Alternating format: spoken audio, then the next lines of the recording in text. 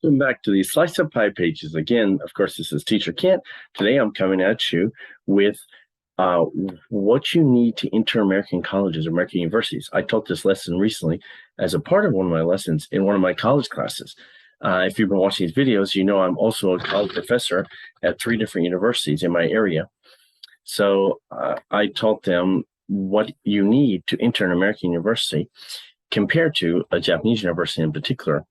But you can see here, let me see if I can open up my page. So of course, it's more well-rounded what you need in an American university than in Japan.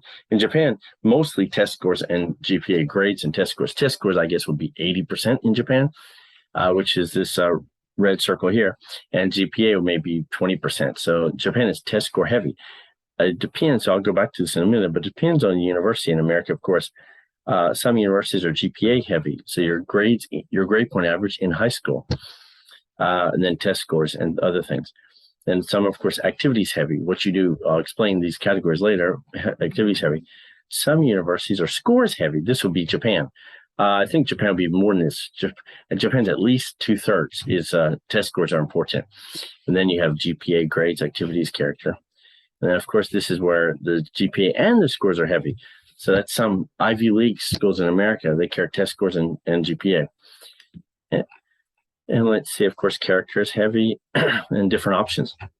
But the overall most common option, I think, with most colleges in America, most universities and colleges, are this one. By the way, the difference between university and college just depends on how many graduate schools they have. In British English, it means something different. College and then university, it's a higher level. But in America, if a college, I think, can have up to 2 graduate schools. If it has 2 or more, 3, I think, it will become a university. So that's the difference in those words. So, of course, I want to explain test scores first before we go on to which these categories mean, why they're important and what they're for. So, of course, let me see here. First, test scores. We have 2 famous tests in America, the ACT versus the SAT. So here, let me see. Sorry, here we go. Yes, so we have the ACT, which has 4 sections. Of course, you have math and science and English and reading. Reading, of course, is also English too. So you have, as you can see, 2 Englishes and math and science. The other kind of tests you take in America, which are more common with Ivy League schools or the higher level schools, is you have math and English, second section, and then you have reading. You can see they're very similar, but different, of course. So on the SAT, English and reading. So English is 2/3 of the grade. And for the ACT, English and reading, it's only 50% of the grade. So you have 25% for math, 25% for science, 50% for English. But the SAT is 67% English and only 33% math. So math is a little heavier, but there's no science. So if you are better at science than English, of course, it's recommended, of course, to take the ACT instead of the SAT. The reason is both of them are heavy on English because, of course, any industry you go into, you need to understand English. I wanted to explain that first before we go on to the next part. Let me erase this. So now here, sorry, let me close this. And by the way, sorry, I mentioned SAT here. Also, the SAT, even though they're English, math, they also have an SAT 2 or subsections of the SAT where you can take languages like Latin, Spanish, German, social studies areas, of course, like literature, U.S. world history, and math and science, of course. You can take these subsections to show how much more you know than another subject. And of course, the scores are different. SAT is, I think, until 1600, unless it's changed. ACT is until 36.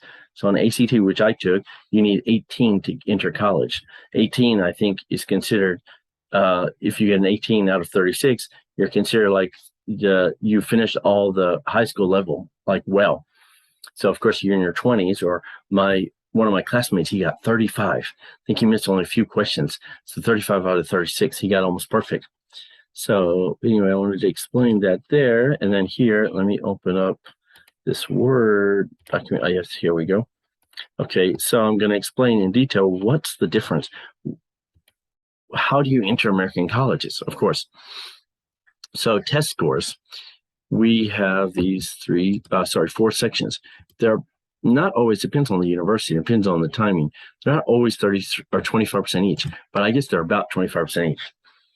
And I would say your test scores and your essay will be maybe here. Yes, essay. I'll get back to that essay in a minute. Let's see. And of course here, test scores, of course, like I said earlier, these are your ACT or SAT. So how you did on the college entrance test. Of course, GPA is, of course, your high school grades. So in high school, how are your grades? Of course, in America, they're measured from a 0 to 4.0. 4.0 would be perfect. You got perfect A's. So maybe an average would be 2.0 or 3.0. To get into college, I think you need at least a 3.0, which means average of B's, or in Japan, average of 4. And of course, average of 5 would be 4.0. And in America, you can actually go up to 5.0 with your grades if you have college classes in high school. So they're called AP classes. So if you have AP classes, they're called advanced placement. They will give you the possibility to up your grade point average. So that's why you might see some people 4.23. How did they get above 4? That's above perfect. So of course, in the college classes, you get more points. So that's, of course, these are 25 each, 25% importance. And of course, this is 25% importance to enter college. So it's about half and half, the test scores. So the test will help you enter the door. And after you send out your test to all over America, different colleges might contact you in your area, and they might recommend, based on your test scores, maybe you could come here. Then, of course, here, activities, and here, character. Let's talk about the activities first. So activities would be things in school. So inside the school, things you've done. So, for example, clubs, like if you've been watching this channel, I was in the chess club, for example, or in college, I joined the football club, or things like that. Clubs, also sports, not just joining the sports team, but being a leader of the sports team. You're captain of the sports team, or you're the pitcher on the baseball team, or you're the quarterback. So in the clubs, like, did you have a title role? Did you lead some students? So, of course, any activities. Then the essay, here, let me go off. This essay kind of includes both, I should have said. So this essay, because you can talk about your school stuff, or you can talk about outside. This area, the character is, I would change to more out. I used to call it work. Yeah, I think work sounds better than character. Let me see, we'll say work. Work experience. Work experience. Here we go. So work experience. But basically it's outside of the school. That's what's called kind of character here, I think, is outside of the school. So how you perform in the town, how you perform in the city. For example, I was in the Boy Scouts, and I was a leader in the Boy Scouts. So that helped me so for example, clubs earlier, I said inside the school, I was in ROTC, military club. So that helped me for activities inside the club. But also outside of school, I was in Boy Scouts for 12 years. So that helped me too. Also volunteer work. Yeah, so these could be clubs, but I like to say that they're more work. For example, volunteer work. I was a volunteer for 2 years, junior high time. In junior high time, when I was in junior high, it was before I could legally work. I was before 16 years old. I was working in the supply department in a hospital, for example. So my job was actually working in the hospital. Every summer, I worked 40 hours a week, as I've told my college students before. It's 40 hours a week I used to work. So, of course, they said, wow, you're volunteering. Well, you're a kind person. But also, I did it because exactly this. When I finished college, I need that well-roundedness. I need them to see, wow, you did this other stuff outside of school. And then, of course, real work experience. I used to work at Kmart, for example. Kmart's like Walmart or Beishi in Japan. And that one too, I worked at least 35 hours a week when I was in high school. So 35 hours per week. Of course, while I was in high school, I used to do this job. So of course, these both help with everything you do here. So yes, outside of school, clubs, volunteer, work experience. So this teaches the college about your character outside of school. So how are you well-rounded or not? And of course, activities inside the school, clubs and sports, and were you a leader? Were you on the student council? I should have said student council. Did you lead the school? Were you a leader of your class? For example, what clubs or how many did you join? And of course, the other 50% is, of course, grades and test scores.